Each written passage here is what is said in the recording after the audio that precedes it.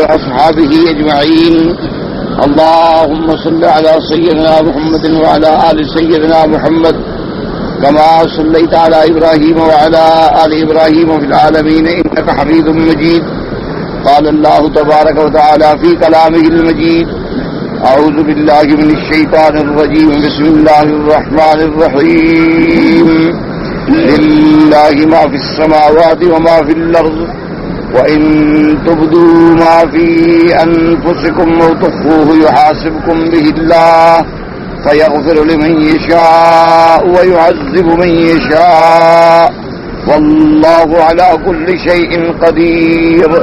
قال المؤلف والمفسر رحمه الله تعالى: يخبر تعالى أن له ملك السماوات والأرض وما فيهن وما بينهن وأنه هو المطلع على ما فيهن لا تخفى عليه الظواهر ولا السرائر والضمائر وإن دقت وخفيت. وأخبر أنه سيحاسب عباده على ما فعلوه وما أخفوه في صدورهم كما قال الله تبارك وتعالى.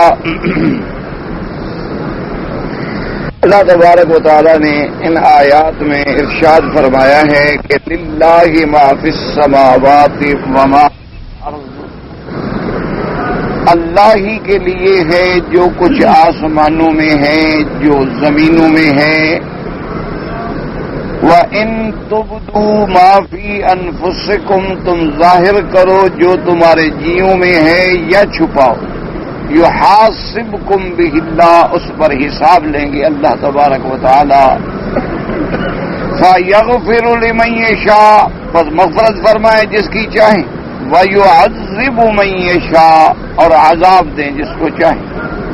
واللہ علی کل شیء قدیر، اللہ تبارک و تعالی ہر چیز پہ قدرت رکھنے والے.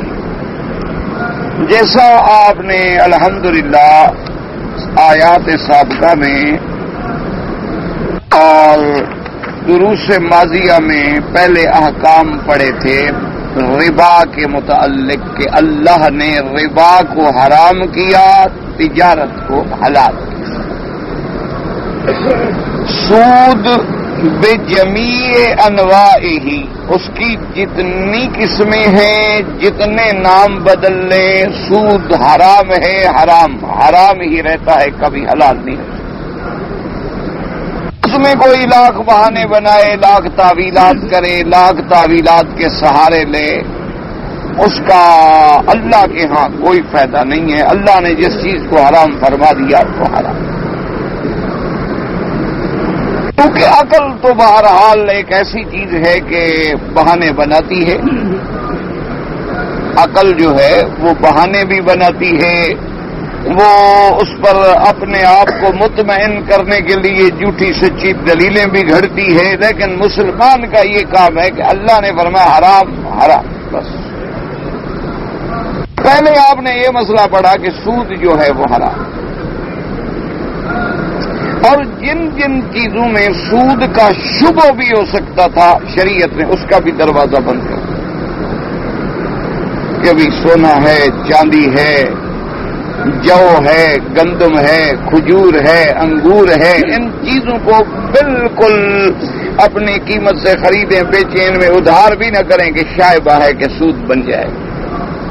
یہ ایسی چیزیں ہیں جن کی قیمتیں گھٹتی بڑھتی رہتی ہیں تو پھر سود کا شبہ پیدا ہو جائے. اسی طرح اس کی حرمت اتنی شدید آئی کہ سود اتنا حرام ہے اور ایسا گناہ ہے کہ اللہ نے فرمایا کہ ان آیات کے بعد، ان احکام کے بعد اگر کوئی سود چھوڑنا نہ چاہے تو پھر اللہ سے جنگ لڑ. کیوں؟ یہ تو اللہ سے لڑائی والی بات ہے نا کہ اللہ نے فرمایا حرام ہے، وہ کہتا نہیں میں کھاؤں گا. اب جو اللہ سے جنگ لڑے گا نتیجہ جہنم. کیوں؟ بندہ خدا سے لڑ سکتا ہے؟ صاف بات ہے کہ خود برباد ہوگا، اللہ کا تو کچھ بگاڑ ہی نہیں سکتا. اسی طرح آپ نے یہ بھی پڑھ لیا کہ سود دینے والے پر، لینے والے پر، لکھنے والے پر، لکھوانے والے پر، گواہی دینے والے پر، سب پر اللہ کی لعنت. یہ مسئلہ آپ نے الحمدللہ تفصیل سے پڑھ لیا. اس کے بعد معاملات آ گئے تھے کہ اگر تم اذا تداینتم بدین الی اجل مسمی، اور اس سے پہلے ذرا آپ کو یاد ہوگا انشاءاللہ آپ نے پڑھا تھا کہ بھئی قرضے دینے کی کتنی بڑی فضیلت ہے کہ اگر کوئی مسلمان کسی بھائی کو قرضہ دے تو اس قرضے پر اتنا بڑا اجر ہے کہ جتنی مدت کے لیے تم نے قرضہ دیا ہے اتنی رقم کا اللہ تمہارے حق میں صدقے کا ثواب لکھتے ہیں۔ مثلا 1000 ریال قرضہ دیا 6 مہینے کے لیے، اللہ حکم دیتی ہیں ملائکہ کو کہ میرے بندے کا 6 مہینے تک لکھتے رہو گے، روز 1000 ریال خیرات کر رہا۔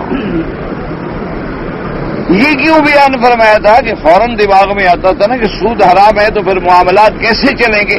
اللہ نے بتلا دیا پھر مسلمان ایک دوسرے کو قرض دیں، ایک دوسرے کے ساتھ تعامل کریں، قرض کا ایک دوسرے کو قرض دیں تاکہ وہ بھی کام کر سکے تم بھی کام کر سکے۔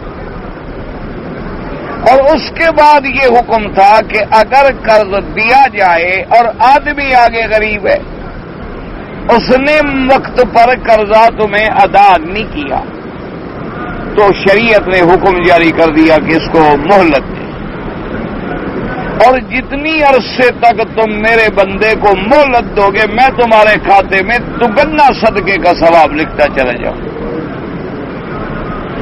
اچھا، ایک شکل اور آ گئی کہ وہ مہلت کے بعد بھی دینے پہ قادر نہیں ہے، طاقت نہیں رہی، غریب ہو گیا، مسکین ہو گیا بیچارہ، کوئی حد نہیں، اللہ نے فرمایا معاف کر، تمہارے لیے انت صدقوا خیر، تمہارے لیے اسی میں بہتری ہے کہ تم صدقہ کر دو، خیرات کر دو، معاف کر دو کہ میں نے تم کو اللہ کے لیے معاف کر۔ اچھا، اب جناب مسئلہ آ گیا تھا کہ تم نے کوئی لین دین کیا، لیکن لین دین جو ہے وہ نقد نہیں، ایک تو ہے نا نقد مجھے گلاس چاہیے، کتنے کا ہے جی؟ 1 ریال، یہ لو جی ریال میں نے لے لیا، بات ختم ہو۔ ایک لین دین ہے الی اجل مسمی، ایک مدت تک کہ میں نے ایک چیز لے لی، میں نے کہا جی پیسے میں 6 مہینے کے بعد دوں گا یا 1 سال کے بعد دوں گا یا میں فصل پر دوں گا، جیسے ہمارے یہاں عام رواج ہوتا ہے نا قرضے کا، لے لیا اچھا بھی فصل کپاس آئے گی تو ہم غریبوں کے پاس بھی پیسے آ جائیں گے، ہم ادا کر دیں، یا گندم کے فصل پہ دے دیں گے، یا جیسے مکے مدینے میں کوئی کہتا ہے جی میں رمضان میں دے دوں گا، میں حج میں دے دوں گا، چونکہ سیزن ہوتا ہے، آدمی کام کرتا ہے، مزدوری کرتا ہے، تجارت کرتا ہے، اللہ اس کو کچھ دے دیتے، تو اس کے لیے شریعت نے پابندی لگائی کہ فلیکتب کاتب بالعدل، لازمی بات ہے کہ وہ دیانت داری، دیانت و امانت کے ساتھ لکھنے والا جو ہے لکھے، کہ اگر تم نے اذا تداینتم الی اجل مسمی فاکتبوا، اب حکم دے دیا اسلام نے، قرآن نے کہ پھر لکھو، لکھے پڑھے بغیر تم معاملات نہ کرو، کیونکہ اگر نہیں لکھو گے تو کل کو فتنہ و فساد کا اندیشہ ہے، اور اسلام فتنے کو ابتدا میں روک دیتا ہے کہ فتنہ ہونے نہ پائے۔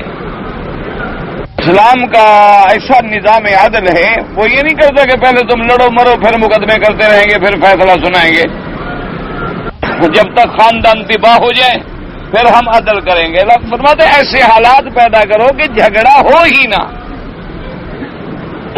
ایسی نوبت کیوں آئے؟ آج دیکھیں نا، اسی لیے جھگڑا ہوتا ہے کہ میں نے ایک چیز بیچی، آپ نے ادھار لی پھر گئے، آپ کہتے ہیں میں نے نہیں لی، یا آپ کہتے ہیں کہ جناب نہیں آپ نے مجھے یہ سودا دیا تھا 1000 کا، میں کہتا ہوں نہیں میں نے 1500 کا دیا ہے۔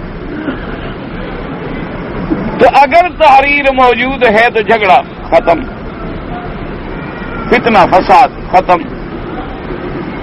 اب اللہ نے حکم دے دیا کہ صرف تم اگر خود لکھنا نہیں جانتے ہو کسی لکھنے والے سے لکھوا لو۔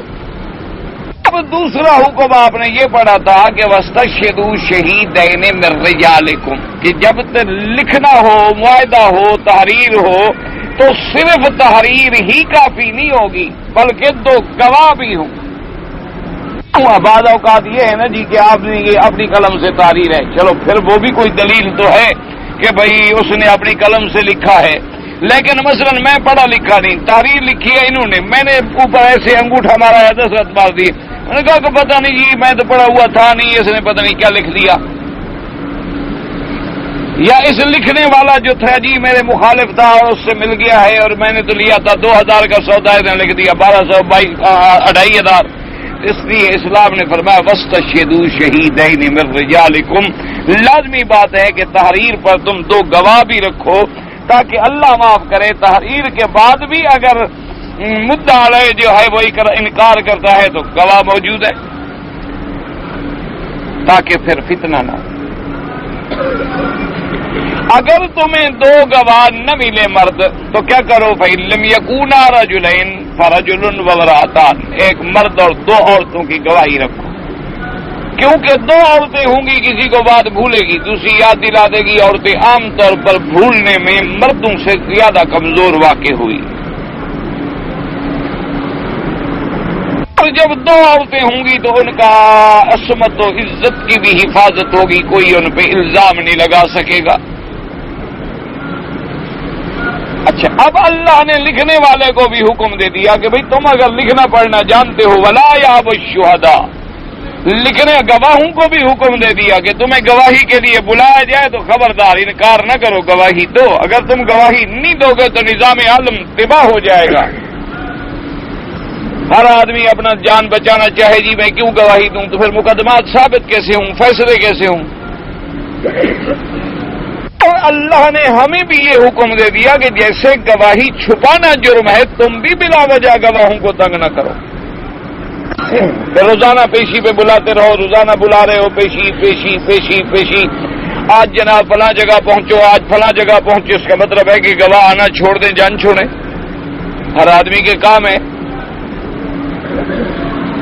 اللہ تبارک و تعالیٰ نے یہ ساری چیزیں کہنے کے بعد آپ کو حکم دیا تھا کہ بھئی اب دوسرا مسئلہ آ گیا تھا کہ تم سفر پہ جا رہے ہو یا ہو بھی سفر میں اور کوئی ذریعہ نہیں ہے لکھنے لکھانے کا بھی، گواہیوں کا بھی، شہادت کا بھی، وَإِن كُنتُمْ عَلَىٰ سَفَرٍ، اگر تم سفر میں ہو تو اب کیا کرو بھائی؟ اب اس کے لیے اللہ نے حکم دیا کہ تم اپنی کوئی چیز جو ہے وہ رہن رکھ کے قرضہ لے لو۔ ایک آدمی کہتا ہے جی مجھے قرضہ دے دو، ٹھیک، فَرِحَانٌ مَقْبُوضَةٌ، کہ لازمی بات یہ ہے کہ تم رہن رکھو اور اس کے بعد اور وہ رہن جو ہے اس کے قبضے میں ہو، مقبوضۃ، اس کے قبضے میں رہے لیکن اس رہن سے فائدہ نہیں اٹھا سکتا۔ سمجھ آ گئی بات؟ مثلا آپ کے پاس ایک گاڑی تھی، آپ نے کہا کہ بھئی میں اپنے ملک میں جا رہا ہوں، مجھے پیسوں کی بڑی شدید ضرورت ہے، یہ دیکھو میری گاڑی 10,000 ریال کی ہے، مہربانی کر کے یہ تم اپنے پاس رکھ لو اور مجھے جو ہے 5,000 ریال دے دو، واپس آ کے میں 5,000 ادا کر کے اپنی گاڑی لے جاؤں گا۔ اب میں نے 5,000 ریال دے دیا، 10,000 آپ کو دے دیا، آپ نے گاڑی دے دی، چابی میں نے آپ چلے گئے تو میں نے گاڑی کرائے پہ چلا دی، نہ یہ حرام ہے۔ کیوں؟ میں 10,000 ریال قرضہ بھی لوں تمہارے آنے تک، اس سے 2,000 یا 1,000 ریال اور بھی کما لوں، یہ سود تو ہو گیا، میں نے استعمال کر دیا اس کو۔ یہ تو اس لیے قبضے میں ہے کہ اگر خدا نہ کرے تم قرضہ نہ دو تو میرا قرضہ تو نہ مرے نا، آخر میں بیچ کے پھر اپنا حق تو وصول کر سکوں۔ اس لیے اسلام نے تمہیں یہ بھی حکم دے دیا کہ اگر تم سفر میں ہو تو رہن جو ہے رکھ سکتے ہو۔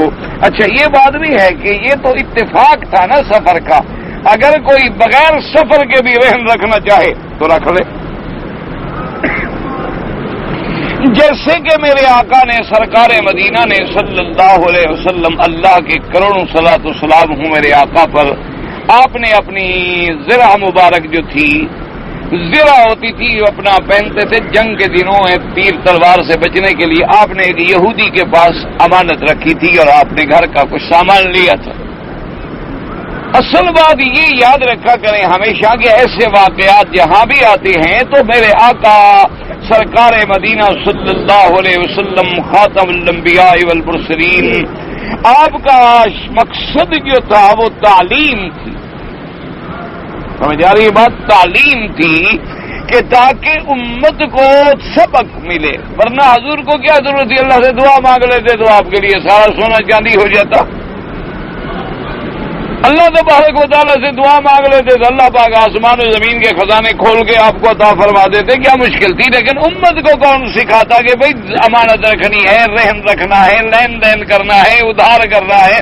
تو اللہ کے نبی نے خود عمل کر کے یعنی قرآن پاک میں جتنے حکم آئے ہیں ان کی عملی تفسیر اگر کسی نے پڑھنی ہو تو وہ سیرت طیبہ محمد الرسول اللہ صلی اللہ علیہ وسلم۔ اسی لیے بی بی عائشہ رضی اللہ تعالی عنہا سے کسی نے پوچھا کہ حضور کے خلق مبارک، عادات مبارک، آپ کی عمل مبارک، سیرت مبارک کے بارے میں بتایا، پر میں اللہ کے بندے میرے بیٹے کا نا خلق هو القرآن، حضور کا خلق قرآن تھا، تم نے قرآن نہیں پڑھا؟ تو کیا مانا تھا؟ یعنی قرآن پاک کی کوئی عملی مجسم شکل دیکھنی ہے تو وہ محمد الرسول اللہ صلی اللہ علیہ وسلم کہ اللہ نے جو حکم دیا اس پہ عمل کر کے میرے آقا نے دکھلا دیا امت کو، قیامت تک نمونہ بنا، کہ کوئی یہ نہ کہہ سکے کہ یہ نہیں ہو سکتا اور یہ مشکل ہو سکتا ہے اور اس پہ عمل کرنا بڑا ممکن نہیں ہے اور یہ کیسے ہوگا، نہ، حضور نے خود عمل کر کے دکھایا۔ اب جناب اس کے بعد اللہ تبارک و تعالیٰ نے یہ بھی حکم دیا تھا کہ بھی اگر کوئی ایک دوسرے کے پاس امانت رکھے تو امانت میں خیانت نہ کیا کرو، امانت ہوتی ہے۔ کسی آدمی نے یعنی قرضہ کوئی نہیں، لین دین کوئی نہیں، اس نے کہا بھی میرا گھر چھوٹا ہے، میرے پاس سیف نہیں ہے، کوئی محفوظ رکھنے کا ذریعہ نہیں ہے، مہربانی کرو ہمارے ڈرائیور ہیں، پیسے ہیں، ذرا یہ امانت رکھ لو، تو امانت میں خیانت نہ کرو، اور جب امانت رکھنے والا مانگے تو امانت ادا کرو۔ آگے اللہ تبارک و تعالیٰ نے پھر اسی حکم کو سختی کے ساتھ پابند کر دیا تھا کہ بھی اگر کوئی شہادت کو چھپا لے، شہادت کو بدل ڈالے، انکار کر دے تو یہ گناہ ایسا ہے کہ یاسمن قلب ہو، یہ تو معلوم ہوتا ہے اندر سے بد ہے، اندر کا پلید ہے، جسے آپ کہتے ہیں نا کہ فلاں آدمی جو ہے وہ تو جی اندر باہر سے پلید ہے، صرف باہر سے پلید نہیں بلکہ اس کا تو اندر ہی کالا ہے۔ جیسے ہم محاورات میں بھی کہتے رہتے ہیں نا کہ بھائی تمہارا تو زبان صرف کالی نہیں، تمہارا تو دل بھی کالا۔ اللہ نے فرمایا یہ جو گواہیاں چھپا دیں جاننے کے باوجود آسمن قلب، یہ بھی اب صرف ظاہری گناہگار نہیں بلکہ اندر باہر سے یہ بھی کالا ہو گیا۔ اگر اس کے دل پر زنگ نہ لگ جاتا تو یہ اللہ کے حکم کی تعمیل۔ اور پھر اس کے بعد چونکہ آپ نے آیت پڑھی تھی، آخری آیت مبارک کیا تھی کہ واتقوا اللہ، اللہ سے، واللہ بما تعملون علیم، اللہ جو کچھ تم کرتے ہو جاننے والے ہیں۔ اب جناب ان آیات کو سمجھیں اور اس کو دل و دماغ میں بٹھائیں، چونکہ قاعدہ یہ ہوتا ہے قرآن مقدس کا کہ قرآن ایک کتاب ہدایت ہے، موعظت ہے، اس کا سیاق اور سباق جو ہے جب تک سامنے نہ آئے تو پھر آدمی کو قرآن سمجھنے میں مشکل ہو جاتی ہے۔ اب دیکھیں پچھلا سبق آپ کے دماغ میں آ گیا، ذہن میں آ گیا الحمدللہ، پیچھے سے کم از کم 8، 10، 15، 20 آیتیں جو ہیں آپ کے دماغ میں دوبارہ تازہ ہو گئی۔ للہ ما فی السماوات وما فی الارض، اللہ نے فرمایا اللہ ہی کے لیے ہے جو کچھ کے آسمانوں میں ہے اور جو زمینوں میں ہے۔ کیا مطلب تھا اس کا؟ مطلب یہ تھا کہ اگر تم میرے حکم پہ نہیں چلو گے تو میرا کوئی نقصان ہے۔ میں جو تمہیں حکم دے رہا ہوں کہ بھائی قرضہ دو تو لکھو، امانت دو تو لکھو، امانت دو تو رحم رکھو، گواہ جو ہے گواہی دے، یہ سارے کام تیرے نفع کے لیے، مجھے کیا ہے؟ ہم جو تمہیں حکم دے رہے ہیں کہ حرام نہ کھاؤ، سود نہ کھاؤ، تجارت کرو، حلال کھاؤ، سود سے بچو، میرا اس میں کیا ہے؟ میرے لیے تو ساتھ جو کچھ آسمانوں اور زمینوں میں ہے وہ میرا ہے۔ اس لیے اللہ تبارک و تعالیٰ نے آگے ارشاد فرمایا کہ ہم نے اگر تمہیں منع کیا ہے کہ بھی سود حرام اور تجارت حلال تو اس کا فائدہ صرف تیرے لیے ہے، تم سمجھ نہیں رہے ہو۔ آج پوری دنیا پہ نظر ڈال لو کہ ان سود خار یہودیوں نے اپنے پنجے کے اندر نعوذ باللہ ثم نعوذ باللہ ثم نعوذ باللہ، یعنی پورے انسانوں کی جیسے زندگیاں جو ہے نا جی وہ چند یہودی سود خار مکاروں کے قبضے میں ہیں، جب چاہے نعوذ باللہ کسی کو تباہ کر۔ یہ ہے نتیجہ سود کا۔ آدمی سمجھتا ہے کہ بھئی دیکھیں جی میں نے انڈسٹری لگانی ہے اور اس میں مجھے جناب دیکھیں کمال ہے کتنی مدد کر رہے ہیں بینک ہماری کہ میں نے 80 کروڑ کی ایک انڈسٹری لگانی ہے اور بینک اس میں مجھے 80 کروڑ کا لون دے رہا ہے اور ہم سے کیا لے رہا ہے جی زمین جائیداد لکھوا لی ہے پراپرٹی بس تسلی کر دیا ہے کہ بھئی یہ پارٹی جو ہے کل کو 80 کروڑ دینے کے قابل ہے، اس کے علاوہ اس نے ہم سے کیا لیا. اب دیکھیں سود کا انجام. سب سے پہلے تو جو 80 کروڑ لینے والی پارٹی ہے، جس 80 کروڑ تو میں نے لینا ہے بینک سے، بینک میں جو افسران بیٹھے ہوئے ہیں پیسہ ان کا تو ہے نہیں. سمجھے مسئلہ؟ وہ تو نوکر ہے، ملازم ہے، مینیجر ہے، ڈائریکٹر ہے، اکاؤنٹنٹ ہے، کوئی ہے. ملازم اپنی تنخواہ کے لیے بیٹھا. ملازم چاہے کتنا بڑا خیر خواہ کیوں نہ ہو جائے، مالک اور ملازم میں تو پھر بھی فرق ہے کہ نہیں. اب جناب انہوں نے میری جائیداد کا فیصلہ کرنا ہے کہ 80 کروڑ کی ہے یا نہیں ہے جو میں نے رہن رکھنی ہے. اب جو تحقیق کرنے کے لیے افسر آ رہا ہے اس کی ساری تنخواہ ہی 5,000 روپے مہینہ ہے. جس نے ویریفیکیشن کرنی ہے، NOC جاری کرنی ہے، مجھے سرٹیفکیٹ دینا ہے. میں نے کہا کہ جناب یہ میری کوٹھی ہے، یہ جناب میرا پلاٹ ہے، یہ جناب دیکھو میرا کارخانہ ہے، یہ جناب دیکھو میرا مکان ہے. اس نے اسس کرنا ہے کہ کیا یہ 80 کروڑ کے بنتے ہیں. 5,000 اس کی تنخواہ ہے، میں اس کو 50,000 روپے دے دوں، دماغ خراب ہے. اس کا 10 مہینے کی تنخواہ اس کو منٹ میں مل گئی. اس کا 20 لاکھ کی میری جو کوٹھی ہے نا، لکھے گا ٹھیک ہے جی لکھ دیتا ہوں 2 کروڑ کی تو کم سے کم ہے ہی ہے نہیں ہے. اور جو میری زمین 10 کروڑ کی نہ بنے وہ لکھ دے گا 50 کروڑ کی ہے. یعنی یہیں سے بےایمانی شروع ہو گئی. 80 کروڑ کی جائیداد کے جو میں نے کاغذات داخل کیا اگر موقع پہ بیچے جائیں تو وہ 30 کروڑ کے بھی نہیں بنتے. اچھا چلو جب مل گئے یہاں سے بےایمانی شروع ہو گئی. اب جب مل گئے جناب پیسے مل گئے، 80 کروڑ مل گئے، ہم بڑے خوش ہو گئے. اب جب مل گیا مجھے بھی پتا ہے کہ زیادہ سے زیادہ میری جائیداد ضبط کر لیں گے تو 30 کروڑ کی تو ساری بنتی ہے، مجھے تو 80 ملا ہوا ہے نا. ابھی سے پارٹیاں بےایمان ہونی شروع ہو گئی. اچھا اگر میں دیانت امانت بھی کر لوں تو 5 کروڑ سود بنتا ہے. یعنی میں نے 80 کروڑ لے لیا، میں نے انڈسٹری لگانی ہے، 5 کروڑ سال کا سود بن گیا 80 کروڑ پہ. انڈسٹری کی صرف ایک آدمی جو بجلی کی لین دیتا ہے نا، کیبل پہنچاتا ہے، وہ مجھ سے ناراض ہو گیا، بجلی نہ دے، میرا سال مارا گیا. یعنی صرف جس آدمی نے مجھے کیبل دینی ہے وہ نہ دے، میرا سیزن مارا گیا. جب سیزن مارا گیا تو میرا گویا کہ سال مارا گیا. اب میرے اوپر سود کتنا ہو گیا؟ 10 کروڑ. ابھی کمایا میں نے کچھ بھی نہیں. تو آئندہ نتیجہ کیا نکلے گا کہ جو میں کماتا رہوں گا وہ سود والوں کو دیتا رہوں گا. پھر میرا صرف بورڈ لگا ہوا ہے، نام ہے کہ میں مل مالک ہوں، میں کارخانے دار ہوں. آتا واتا کچھ بھی نہیں، گزارا صرف دونوں کا اسی اوور ڈرافٹ پہ ہے یا سود پہ ہے. آخری انجام دیوالیہ، وہ سود والے کھا گئے، میں بھوکا.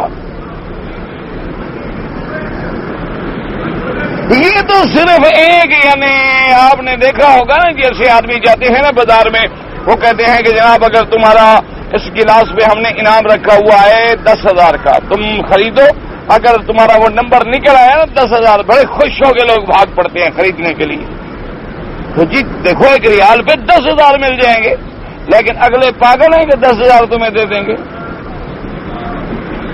انہوں نے 1 لاکھ گلاس میں 1 نمبر رکھا ہوگا، 1 لاکھ کمائیں گے تب تمہیں 10,000 دیں گے.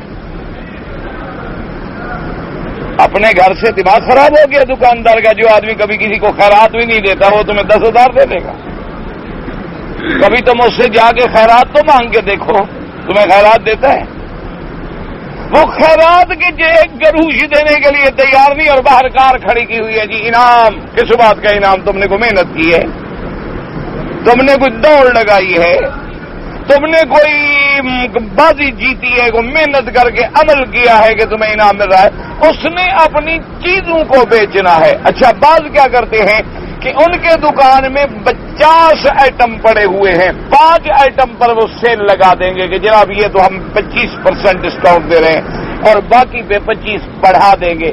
تم ایک لینے جاؤ گے تو ایک ادھر سے بھی تو لوگے نا، ان کا سودا برابر ہو رہا ہے، صرف تمہیں بیوقوف بنایا جا رہا ہے، ان کو کوئی گھاٹا واٹا نہیں پڑتا. اسی لیے اسلام نے ان سب چیزوں کو حرام کیا. یہ غش ہے، دھوکہ، فریب ہے.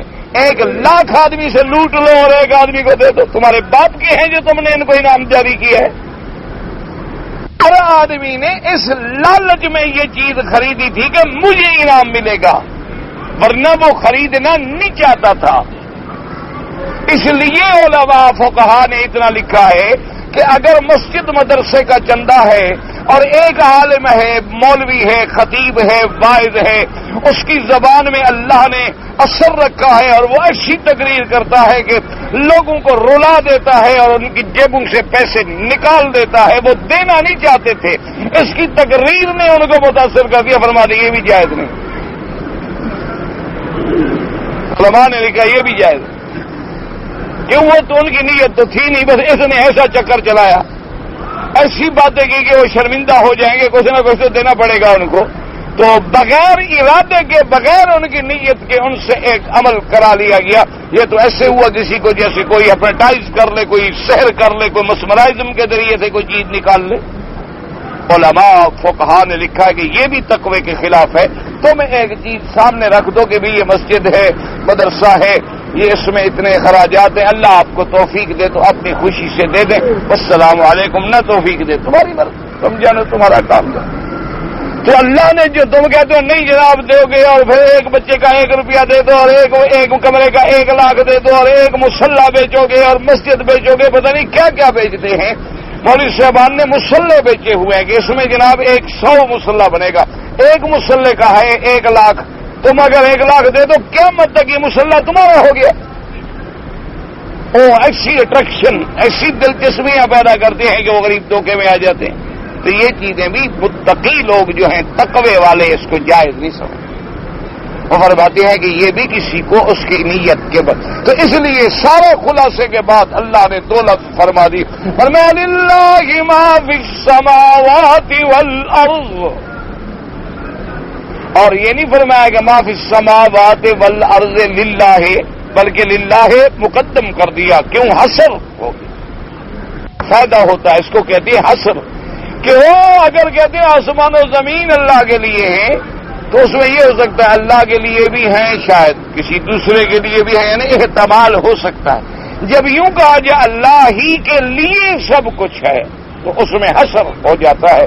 جیسے فرمایا ایاک نعبد، صرف تیری ہی عبادت کرتے ہیں. یہ نہیں فرمایا نعبد ایاہ، ایاک تیری عبادت ہم تیری کریں، ہم تیری بھی کرتے ہیں تو کبھی کبھی کسی غیر کی بھی کرتے ہیں.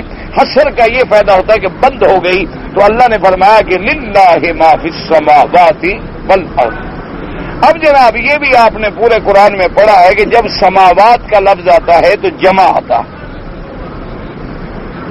اور ارض کا لفظ جو ہے لفظی طور پہ مفرد آتا ہے. اللہ ارضین یا ارضون نہیں فرماتے، ورنہ جیسے آسمان 7 ہیں اسی طرح زمینیں بھی 7 ہیں.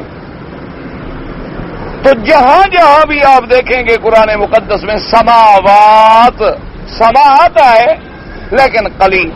سماوات جمع کا صیغہ، ارض مفرد کا صیغہ. وجہ کیا ہے؟ علماء نے لکھا ہے کہ آسمان جو ہیں 7 اور زمینیں جو ہیں وہ بھی 7، لیکن آسمان علیحدہ علیحدہ جنس سے ہیں.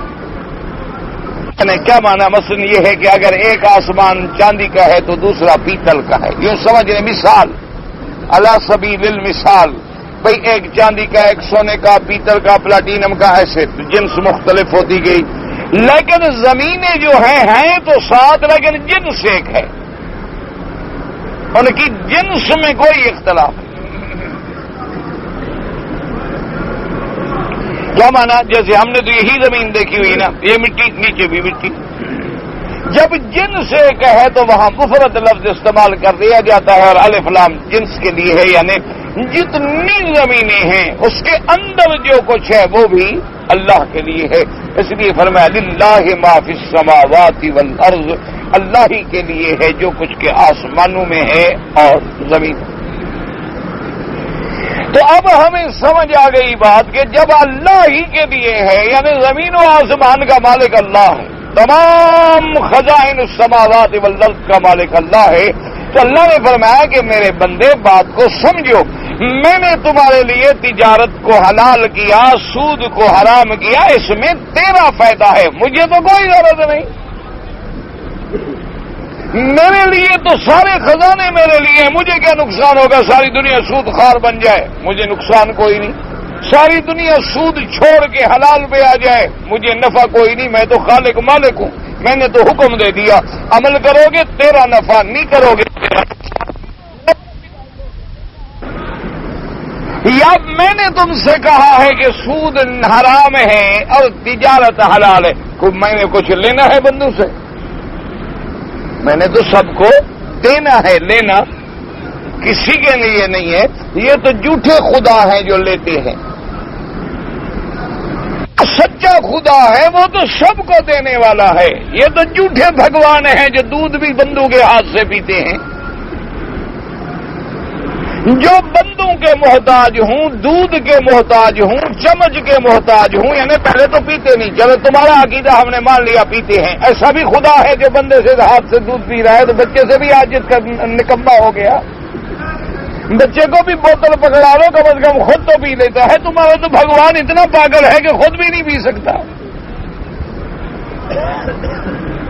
اب وہ گنیش دودھ پی رہا ہے نا، اور جب تحقیق کی اخبار والوں نے تو پیچھے سے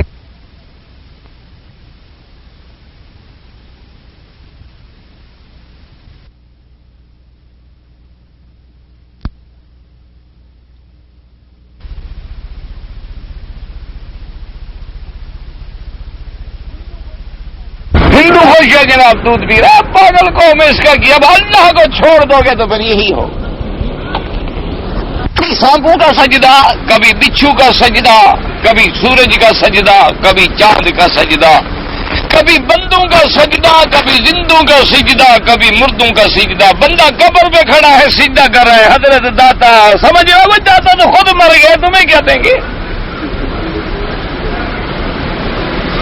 بھائی جو آدمی خود مر گیا، قبر میں دفن ہو گیا، اللہ ان کی قبروں پہ کروڑوں رحمتیں فرمائے، اللہ ان کے درجات کو بلند فرمائے، وہ تو تیری دعاؤں کا محتاج ہے، تمہیں دینے پہ قادر ہوتا تو خود نہ زندہ رہ جاتا۔ اللہ کے بندے اپنے خود، یہ صرف فرق کیا ہے، اگر وہ پتھر کو سجدہ کرے تو ہندو بن جائے اور تم قبر کو سجدہ کرو تو مسلمان کہلاؤ، کیوں؟ کیا فرق ہے؟ وہ بھی غیر اللہ کا عابد ہے اور تم بھی غیر اللہ کے پجاری ہو، وہ غیر اللہ کا پجاری ہے، وہ پتھر کو سجدے کرتا ہے، تم بندوں کو سجدے کرتے ہو، نہ پتھر کچھ دینے پہ قادر ہے نہ بندہ کچھ دینے پہ قادر ہے، دونوں کا خالق اور مالک جو ہے وہ اللہ۔ ایمان سے کہیں جن اولیاء اللہ کی قبروں پہ ہم سجدہ کرتے ہیں، ایمان سے کہیں ان اولیاء کو پیدا کس نے کیا؟ جب بچے تھے تو وہ دودھ پیتے تھے،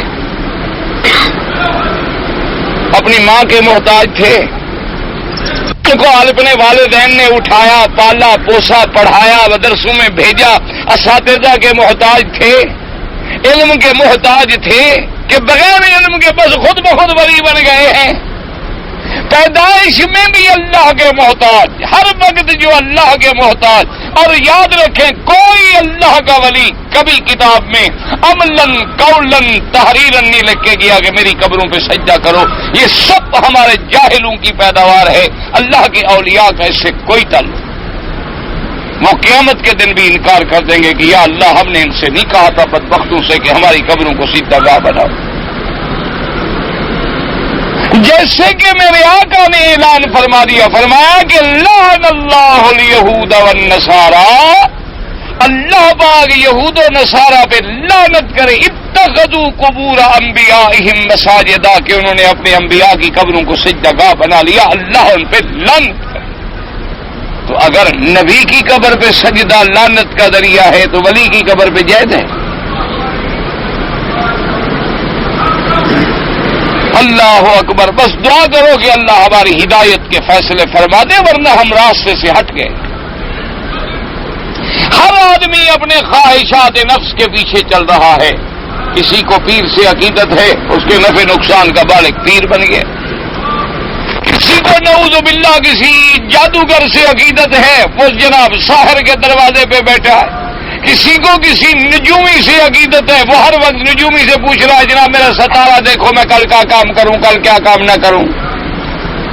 ہر آدمی اپنی اتباع حوث اتباع ہوا کے پیچھے چل رہا ہے، اللہ کی ایمان عبادت جو تھی وہ چھوڑ دی ہے، اب ہے بہانے بنانا، بہانے لاکھ بناتے پھرو، دلائل لاکھ دیتے پھرو۔ ہر آدمی کے لیے دلائل کی کمی تو نہیں ہوتی۔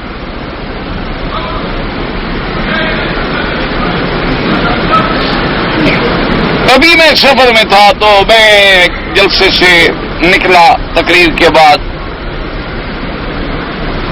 اور کافی یعنی برات کا وقت ہو چکا تھا اور جلسے سے باہر نکلا تو ایک نوجوان لڑکی ماشاءاللہ اس نے فوراً مجھے ہاتھ دیا ہاتھ ملانے کے لیے، میں نے ہاتھ روک لیا، میں نے کہا بھی بیٹی ہاتھ ملانا جو ہے وہ شریعت ناجائز، اور نے کہا جی میرے ہاتھوں میں کیا کوئی بیماری لگی ہوئی ہے کہ آپ کو لگ جائے گی؟ میں نے آپ کی تقریر سنی ہے، میں محبت میں آپ سے ملنا چاہتی ہوں، آپ سے ہاتھ ملانا چاہتی ہوں، میرے ہاتھوں میں کیا کچھ لگا ہوا ہے؟ کوئی ہاتھ میرے پلید ہیں یا میرے ہاتھ میں بیماری ہے گندگی ہے آپ کو لگ جائے گی؟ عجیب بات ہے آپ مجھ سے ہاتھ نہیں ملا رہے۔ میں نے کہا بیٹی آپ ناراض نہ ہوں، یہ میں نے کہا یہ دیکھو اس وقت ان کے بہرحال کی وہ قدرتی اتفاق کی بات ہے وہ بجلی کی فٹنگ ہو رہی تھی اور یعنی کچھ بجلیاں بڑھانا چاہتے تھے۔ میں نے کہا بیٹی دیکھو یہ کیا ہے؟ اس نے کہا یہ تو الیکٹرک وائر ہے۔ میں نے کہا اس پہ ہاتھ رکھو گی؟ کہتے نہیں، کیوں؟ کہتے جان کا خطرہ ہے۔ میں نے کہا یہاں بھی تو ایمان کا خطرہ ہے، تمہیں اپنی جان عزیز ہے تو ہمیں اپنا ایمان عزیز ہے۔ ایک تار کو تو تم چھپا دیتے ہو کہ کرنٹ نہ لگ جائے، اور یہاں جو شیطانی کرنٹ لگ رہا ہے اس نے اسلام نے روکا ہے، تو تمہیں مسئلہ سمجھ نہیں آ رہا؟ اس تار کو اتنی کپڑے کیوں چڑھاتے ہو تم؟ بجلی کی تاروں کو دیکھا اور سوچتے ہو کہ جی ہوا اچھی تار لینا، فلاں کمپنی کی بڑی مضبوط ہوتی ہے، ورنہ وہ دوسری ٹوٹ جاتی ہے، وہ کرنٹ لگ جاتا ہے، اور ذرا سی تار ننگی ہو تو بھاگتے ہو الیکٹرک والے کو بلاؤ، جلدی کرو جلدی کرو، اس پہ ٹیپ چڑھاؤ، کہیں ہاتھ چھو گیا تو کرنٹ لگ جائے گا۔ اچھا کسی چیز میں کرنٹ آ رہا ہے تو کہتے خبردار خبردار دروازے کو ہاتھ مت لگانا، دروازے میں کرنٹ آیا ہوا ہے، پانی میں کرنٹ ہے۔ وہ یہاں جان کا خطرہ ہے تو بچا رہے ہو، اور جہاں ایمان کا خطرہ ہے وہاں بھی اللہ نے اسی لیے حکم دیا ہے کہ نوجوان ہاتھ لگیں گے تو ایک شیطانی کرنٹ لگے گا، پہلے ہاتھ پکڑا جائے گا اور آدمی پھر پینچے تک پہنچ جائے گا۔ ابتدا تو ہاتھ سے ہوگی، تو اگر ہم ابتدا میں روک دیں گے تو بات ختم ہو جائے گی، دونوں فتنے سے بچ جائیں۔ تو اس نے کہا کہ ہاں بات ٹھیک ہے آپ کی، مجھے بات سمجھ آ گئی، تو میں بہرحال آئندہ ایسا نہیں کروں گی۔ میں نے کہا تم آئندہ کوشش یہ کرو کہ دوسری بیٹیوں کو بہنوں کو بات سمجھاؤ، اسلام تمہارے لیے منع کرتا۔ اب آپ نے دیکھا ہوگا نا جی، آپ نے ہسپتالوں میں آپ جاتے ہیں نا کہ ڈاکٹر آپریشن کرنے والے ہوں یا کچھ کرنے والے ہوں، فوراً ہاتھوں پہ ہو ربڑ کے دستانے چڑھائیں گے، اسے کام کر کے اس کو سیوت پھینک دیں گے، کیوں کہ بیماری اثر نہ کر جائے ہمارے اندر۔ تو جب اتنی چیزوں سے بچنے کے لیے تو پردہ ضروری ہے، اور جہاں جہنم جنت کا مسئلہ ہے وہاں پردہ ضروری نہیں ہے، ہمیں جہاں حیات اخروی کا عاقبت کا مسئلہ ہے، کیوں کوئی فرشتہ تو کوئی بھی نہیں ہوتا، اسی لیے اسلام نے حکم دی کہ لا یخلفن الرجل مع امرأۃ، حضور نے فرمایا خبردار کوئی مرد کسی عورت سے علیحدہ نہیں ہوتا، جب وہ علیحدہ ہوتا ہے تو تیسرا شیطان ہوتا ہے، یعنی جب غیر محرم مرد اور عورت علیحدہ بیٹھیں گے تو شیطان آ جائے گا۔ اب جب شیطان آئے گا تو کوئی نماز پڑھاوے تو نہیں آئے گا نا، جب شیطان آ جائے گا تمہارے پاس میں تو اب وہ یہ کرنے تو نہیں آئے گا کہ جناب مہربانی کر نماز کا وقت جا رہا ہے وضو فرما لو، شیطان نے تو پھر اپنے کام دکھانے ہیں نا۔ اچھا پھر قدرتی بات ہے کہ ایمان والے کام مشکل ہوتے ہیں، شیطانی کام بڑے آسان ہوتے ہیں۔ دیکھو نا آپ نے آگ لگانی ہے، ایک سگریٹ کا ٹکڑا پھینک دو 50 لاکھ کی بلڈنگ جل جائے گی، لیکن اگر وہ بلڈنگ بنانی ہو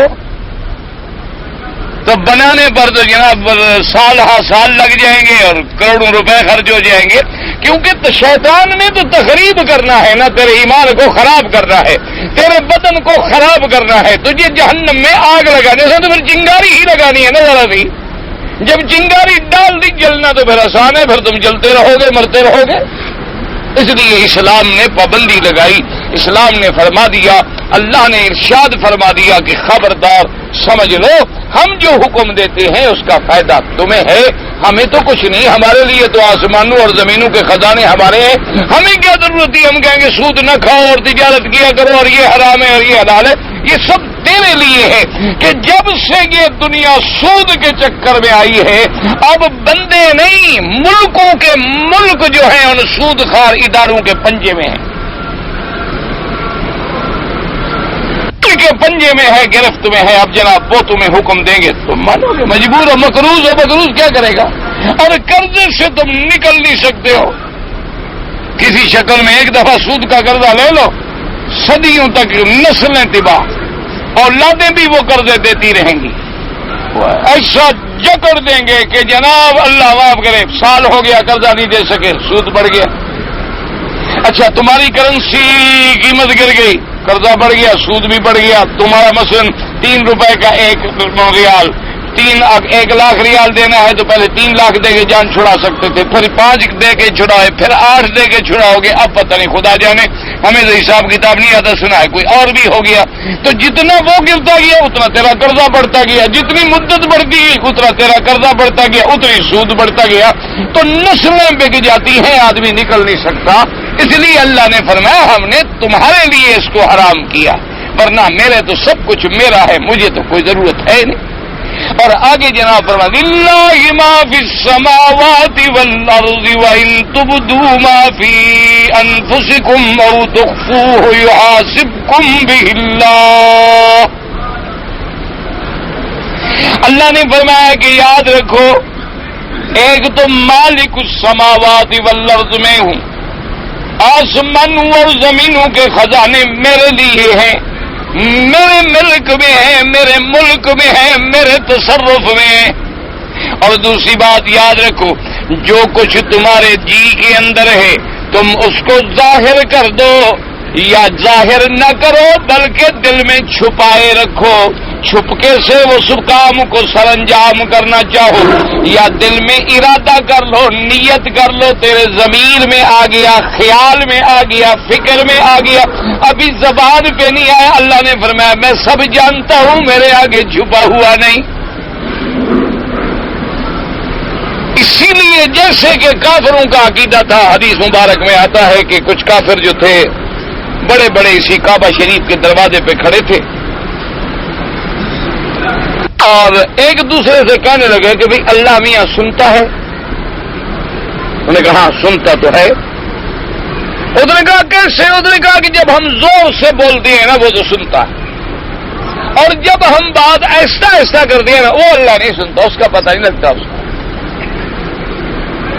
یعنی جب ہم زور سے باتیں کریں وہ تو سنتا ہے، لیکن اگر ہم چپ تو پھر قرآن کی آئے انہو یعلم الجہر، جو تم جہر کرو، وما یخفا، جو تم چھپاؤ وہ جانتا ہے، چاہے تم ایسا کرو چاہے تم زور سے کرو، اللہ پاک سب جانتے ہیں۔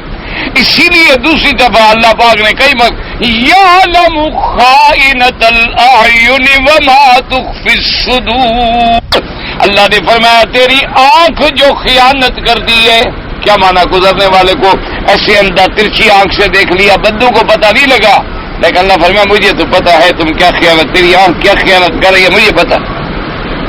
اچھا کبھی ایسا ہوتا ہے کہ بالکل سامنے جا رہے ہیں ایک عورت کو دی، تمہاری نیت میں فتور آ گیا، اللہ فرماتا میں بھی جانتا ہوں تم کس نیت سے دیکھ رہے ہو، میرے آگے چھپا ہوا نہیں۔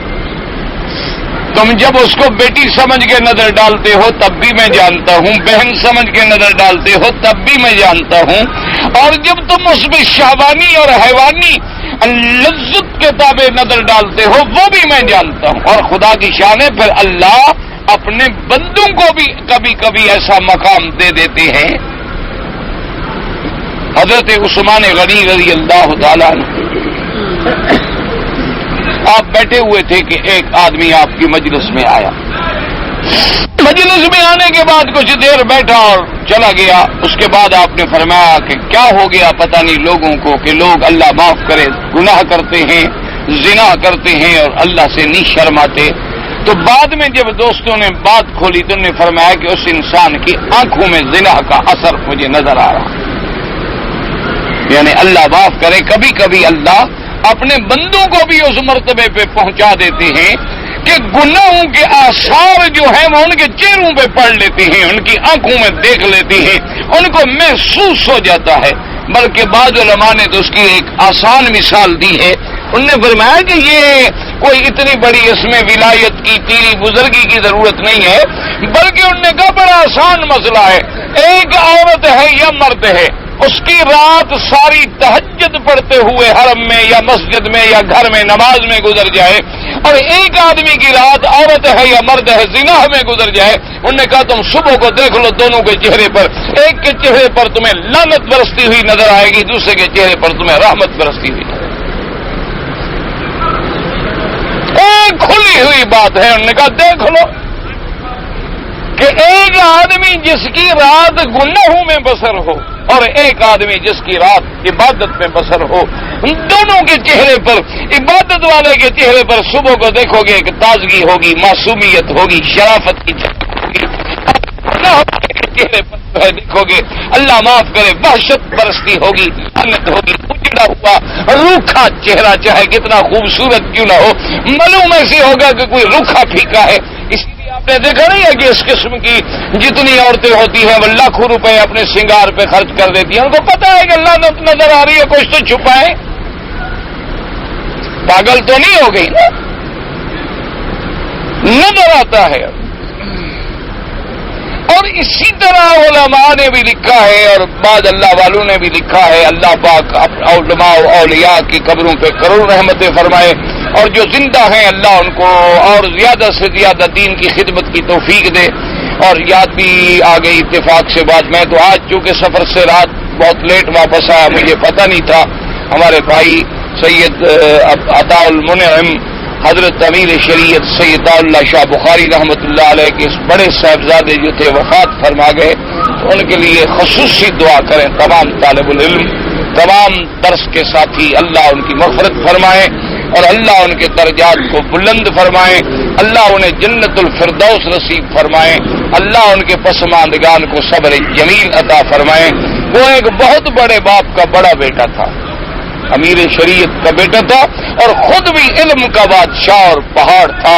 یعنی اتنا علم پر اس شخص کو دسترس تھی, اور اللہ نے اتنی حافظہ دیا تھا کہ عربی کے ادیب, فارسی کے ادیب, اردو کے ادیب, اور بہت بڑا محدث, یعنی جس کتاب پہ بٹھا دو بادشاہ آدمی تھا. اور عربی میں جو شخص نے کتابیں اور خطبات لکھے ہیں, میرے جیسے مولوی تو اس کا ترجمہ بھی نہیں سمجھ سکتے. اتنا بڑا آدمی, اتنا بڑا فاضل, قابل, تاریخ پہ نظر, اسماء الرجال پہ نظر, اور فرق باطلہ پہ نظر, اور جتنی یہ تنظیمیں ہیں کمیونزم کی اور اسی طرح مارکسزم کی, اسی طرح جتنی جدید سے جدید فتن ہے نا, تو حضرت کی نظر تھی اس پہ, اور اللہ تبارک و تعالی نے ان سے بڑا کام لیا. اللہ پاک ان کے خدمات کو, ان کی اشاعت توحید اور سنت کو, اور مسئلہ ختم نبوت پر جتنا انہوں نے کام کیا ہے, تحریری, تقریری, اور یعنی پوری زندگی, آخری عمر میں مریض ہو چکے تھے, چلنے سے قاصر تھے, بیمار تھے. بس میں حاضر ہوا ملنے کے لیے, کہنے لگے بھائی آپ تو اس جگہ سے آ گئے ہیں, آج حرم کی یاد تازہ ہو گئی, بس چھڑ گئے. تو تمام ساتھی ان کے لیے دعا کریں, اللہ تبارک و تعالیٰ ان کے درجات بلند فرما دیں, اور اللہ ان کے پسماندگان کو صبر جمیل عطا فرمائیں. وہ بھی اپنے باپ کی طرح اسی کلندرانہ شان سے فوت ہو گئے. جہاں تک میرا علم ہے, نہ گھر ہے, نہ جائیداد ہے, نہ جگہ ہے, کچھ نہیں, بس زندگی گزار لی. اور اتنا بڑا عالم مٹی میں چھپ گیا اور کچھ بھی نہیں. آج تو جناب مزدور بھی آتا ہے تو جائیدادیں بنا لیتا ہے. آپ کیا سمجھتے ہیں کہ یہ عالم اتنے ایسے ہوتے ہیں, ان سے جائیدادیں نہیں بنا سکتے؟ ان کی نظر میں دنیا ہوتی کچھ نہیں. ورنہ تم پیسے کمانا جانتے ہو تو ان کا دماغ اتنا کام بھی نہیں کرتا کہ حقیر سی چیز کما سکے. وہ اگر ادھر آ جائیں نا وہ تمہیں پیچھے چھوڑ جائیں. دیکھا نہیں جو مولوی ہمارا چندے میں پڑ جاتا ہے وہ پھر تمہیں پیچھے چھوڑ جاتا ہے کہ نہیں چھوڑ جاتا. جس کو دولت کی چاٹ پڑ جاتی ہے نا، پھر دیکھو نا غریب سے غریب آدمی محلے کھڑے کر دیتا ہے، مدرسے اور مسجدیں اور اتنی بڑی عمارتیں کہ ہمارا باپ دادا بھی مل کے نہ بنا سکے، تو اس میں آگے بڑھ جاتا ہے. دکان کرے تو نہیں بڑھ سکتا آگے. ان کے اندر بڑی صلاحیتیں ہوتی ہیں لیکن ان کی طبیعت نہیں آتی ادھر. وہ جانتے ہیں کہ یہ دنیا کیا ہے، چھوڑو آخرت کی کر لو. اللہ کرے قبر بن جائے، حشر بن جائے، آخرت بن جائے. یہ دنیا تو معمولی سی بات ہے، یہ تو ہر کوئی بنا لیتا. تو اس لیے اب یاد رکھیں اللہ نے ایک فیصلہ فرما دیا کہ للہ ما فی السماوات والارض وَإِن تُبْدُوا مَا فِي أَنفُسِكُمْ أَوْ تُخْفُوهُ يُحَاسِبْكُم بِهِ اللَّهُ، کہ اگر تم چھپاؤ یا ظاہر کرو فرمایا اللہ حساب دے. کیا مانا؟ مطلب یہ تھا کہ شاید ہم نے جتنے حکم دیے ہیں کوئی آدمی ظاہر میں تو سود نہ کھائے لیکن اندر اندر کاروبار کرتا رہے کہ یار خبردار کسی کو بتا رہا ہوں، میں دے تو رہا ہوں ذرا مجھے اللہ نے فرمایا لوگ تو نہیں بتلائیں گے، میں تو جانتا ہوں نا تم کیا کر رہے ہو، میں تو سمجھتا ہوں نا کہ تم کیا کر رہے ہو. تم چھپاؤ یا ظاہر کرو سب کا حساب ہوگا ذرے ذرے کا. فَيَغْفِرُ لِمَن يَشَاءُ وَيُعَذِّبُ مَن يَشَاءُ. پھر اللہ فرماتے ہیں مالک ہیں جس کو چاہوں بخش دوں، جس کو چاہیں بخشیں، جس کو چاہیں عذاب دے. لیکن خدا کی قدرت دیکھو، مغفرت کو یہاں بھی اللہ نے مقدم کر دیا اور عذاب کو مؤخر کر دیا. اشارہ کیا کہ میری رحمت بڑی وسیع ہے، اگر تم توبہ کر لو تو میں بخشنے پہ تیار ہوں. رحمت میری بڑی ہے، میرے غضب پہ سبقت لینے والی ہے. تم کتنے بڑے گناہ ہو لیکن یغفر لمن یشاء، جس کو چاہے بخش دے. مانا میں تو بخشش مقدم ہے نا، جس کو چاہے عذاب دے، عذاب مؤخر ہے. تو مانا یہ ہوا کہ رحمتی وسعت کل شیء، اللہ کی رحمت جو ہے وہ ہر چیز کو ڈھانپ لیا ہے اس نے، اور رحمت اس کی کما جاء فی الحدیث سبقت علی غضبی. اللہ نے فرمایا کہ میری رحمت میرے غضب سے بھی آگے ہے. فرمایا اتنے گناہوں کے بعد بھی اگر تم توبہ کر لو تو ہم اب بھی اپنی رحمت سے تمہیں بخشنے کے لیے تیار ہیں اور ہم ہر چیز پہ قادر ہیں. دعا کریں اللہ ہماری بھی مغفرت فرما دے، اور جتنے علماء صلحاء فوت ہو گئے اللہ ان کی مغفرت فرمائے، اللہ ان کے درجات بلند فرمائے، اور جتنے زندہ ہیں اللہ ہدایت کے فیصلے فرمائے. اللہ تبارک و تعالی رحمت کے فیصلے فرمائے. کہتا ہے جی کہ تجارت وغیرہ کے بارے میں معلومات حاصل کرنے کے لیے ہمیں کون سی کتاب؟ بھئی آج کل تو بڑی کتابیں، اسلام کا اقتصادی نظام بھی چھپ چکا ہے. اسی طرح مفتی محمد شفیع صاحب رحمۃ اللہ علیہ دارالعلوم کراچی والے، ان کی بھی کچھ کتابیں اردو میں اس موضوع پہ چھپ چکی ہیں. اب ہمارے بھائی حضرت محمد تقی جو ہیں ماشاءاللہ مدذلہ، ان کی بھی اس موضوع پہ یعنی اقتصادیات پہ، معاشیات پہ بہت کتابیں چھپ چکی ہیں. آپ ایسا کریں، اصل میں ہم تو ادھر آ گئے نا، ہمیں تو اردو والی کتابوں کے نام بھی یاد نہیں رہے. کبھی کوئی لا کے دے دیتا ہے تو پڑھ لیتے ہیں، یہ تو نہیں کہ نہیں پڑھتے ہیں لیکن اب وہ ذوق نہیں رہا نا. تو آپ ایسا کریں کہ کسی مکتبے کو خط لکھ دیں پاکستان میں یا ہندوستان کے اردو مکتبے والوں کو، دینی کتابیں بیچنے والے کو، کہ بھئی مجھے اسلامی اقتصادیات و معاشیات پر جتنی کتابیں لکھی گئی ہوں وہ مجھے مہربانی کر کے بھیج دیں. وہ آپ کو پورا ایک سیٹ بھیج دیں گے. بہت اعلیٰ کتابیں چھپ چکی ہیں اردو میں، اس میں پوری تفصیلات ہیں، کیا بے حلال ہے، کیا بے حرام ہے، سود کی کون کون سی قسمیں ہیں، مارک اپ کیا ہوتا ہے، یہ سروس چارجز کا کیا بہانہ ہے، یہ انشورنس پالیسیوں کا کیا چکر ہے، اور یہ سود در سود کیا ہوتا ہے، اضعاف مضاعفہ کی بحثیں، ساری بحثیں جو ہیں اس میں آ چکی ہیں. آپ نے بڑی اچھی نیت کی ہے، کوشش کریں ایسی کتابیں منگا کے پڑھیں. اچھا جی، کہتا ہے کہ مسجد حرام کے اطراف میں جو باہر کا حصہ ہے میں اس میں نماز پڑھتا ہوں. کیوں اس میں پڑھتے ہو؟ آگے حرم خالی پڑا ہوا ہے. یاد رکھو صفوں سے ملنا جو ہے یہ افضل ہے، سنت ہے، اعلیٰ ہے. ایک ہے نماز کا ہو جانا، سمجھا کرو. مثلا دیکھو نا جی کہ یہ اینک، میں مثال کروں، اس کو میں نے رکھنا ہے تو میں نے اس کو بڑے آرام سے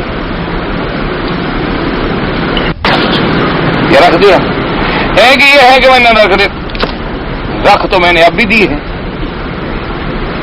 اب بھی میرے ہاتھ میں تو نہیں ہے، رکھ دی ہے میں نے، اینک تو رکھ دی ہے. لیکن دونوں میں فرق ہے. ایک آدمی کھانا پیش کرے, ایک آدمی یہاں سے نوالا پھینکے تمہارے پاس.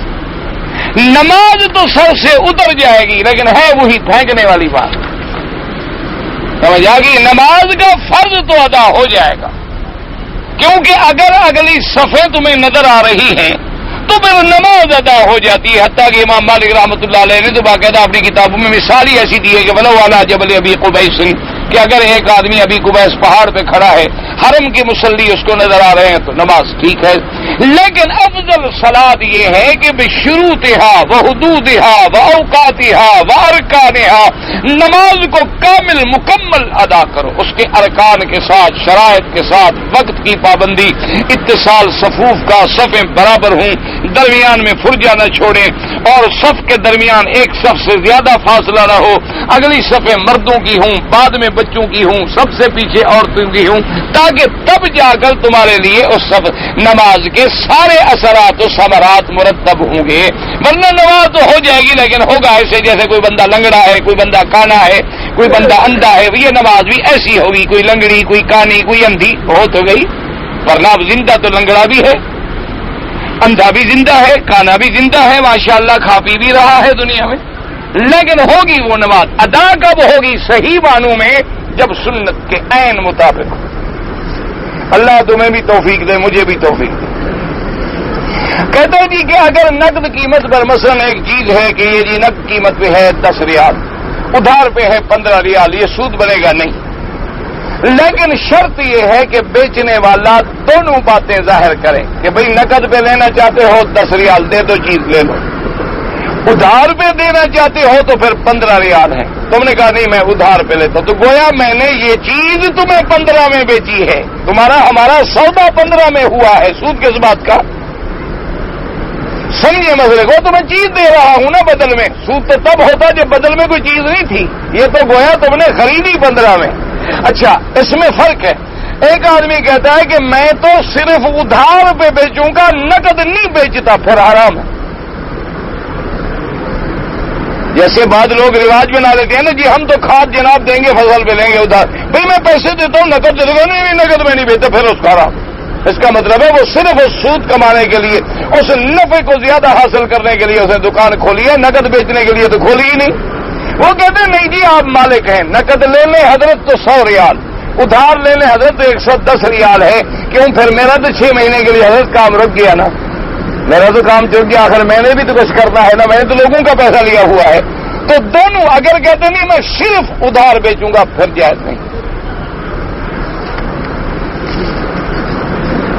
ہیرے اور جواہرات پر زکات ہوتی ہے یا نہیں ہوتی؟ بالکل نہیں ہوتی. لیکن تم اس لیے پوچھ رہے ہو کہ بچنا چاہتے ہو زکات سے.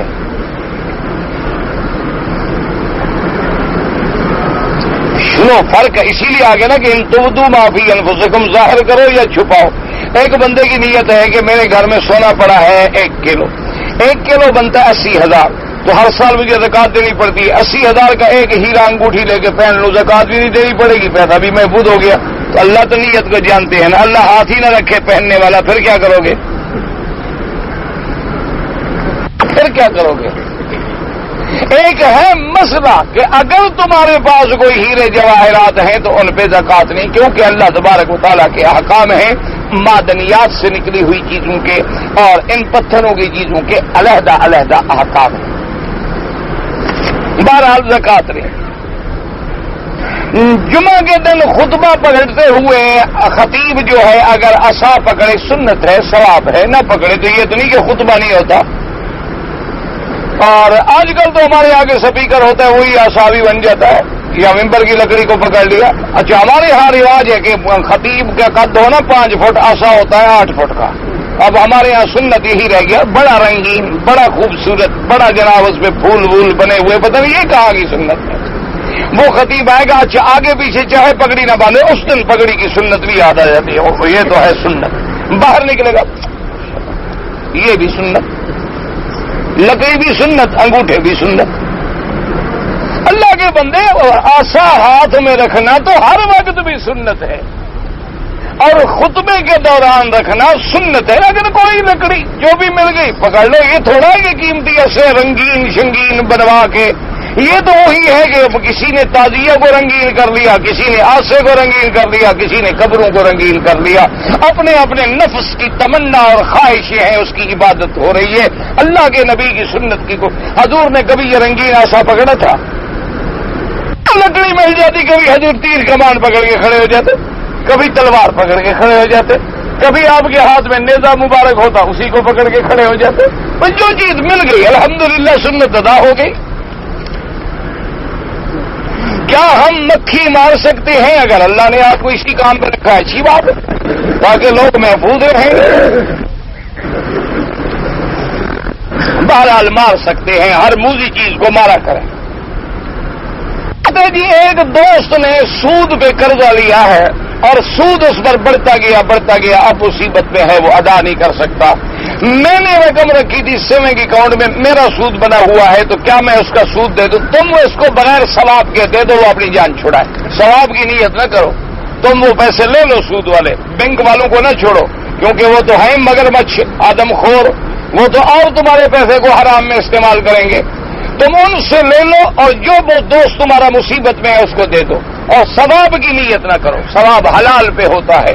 ان اللہ طیب لا یقبل الا الطیب. اللہ کی ذات پاکیزہ ہے اور وہ پاکیزہ چیز کو قبول فرماتے ہیں، حرام چیزوں کو قبول نہیں فرماتے. بغیر وضو قرآن کو ہاتھ لگانا منع ہے. کپڑے سے ہاتھ لگائیں، یا جیسے اوپر اب یہ طریقہ ہو گیا نا، یہ جلد جو بن گئی ہے یہ بھی اسی لیے ہوتی ہے دراصل کہ جلد کو ہاتھ لگ رہا ہے نا، قرآن کو تو نہیں لگ رہا. یہ اسی لیے لگائی جاتی ہے تاکہ آدمی محفوظ رہے. بغیر وضو ہاتھ نہ لگائیں. بغیر ٹوپی کے نماز ہوتی ہے. اگر تمہارے پاس ٹوپی ہے نہیں، فقیر ہو، غریب ہو، مسکین ہو، محتاج ہو، ٹوپی نہیں رکھ سکتے، ہوتی ہے. یہ کوئی مسئلہ نہیں کہ ہو اور پھینک دو، کہیں نہیں لکھا ہو. یہ آج کل فیشن ہے ماشاءاللہ. نیچے سنت کے مطابق داڑھی سر ننگا، یہ کوئی نیا فیشن نکلا ہے، ہمیں تو سمجھ نہیں آیا. حضور صلی اللہ علیہ وسلم نے صحابہ نے کری ہے، نماز ہو جاتی ہے، لیکن فیشن میں. اللہ اکبر، اللہ لا الہ الا اللہ، صلی علی سیدنا محمد وعلی آل سیدنا محمد.